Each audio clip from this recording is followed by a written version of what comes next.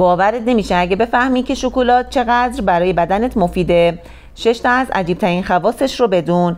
1. باور کردنی نیست این خوراکی محبوب میتونه خطر ابتلا به حمله قلبی رو تا حدود 37% کاهش بده. 2. شکلات میتونه حافظه و عملکرد مغز رو در ریاضی بهبود بده. 3. شکلات میتونه شما رو خوش اخلاق‌تر کنه و شما رو آرومتر و شادتر کنه. 4. کاکائوی موجود در شکلات تیره خاصیت ضد التهابی و آنتی اکسیدانی داره. آنتی اکسیدان‌ها قهرمانایی هستن که با سلولای سرطان حمله میکنن و اونها رو نابود میکنن. 5. مطمئنم نمیدونستی که شکلات دوست کبد شما هم هست. این قهرمان سیاه‌پوش از آسیب کبد جلوگیری میکنه. و 6. و در نهایت شکلات باعث سلامت قلب، بهبود بینایی، جلوگیری از افسردگی و اختلالات ذهنی میشه و با بهبود جریان خون حتی از سکته مغزی هم جلوگیری میکنه.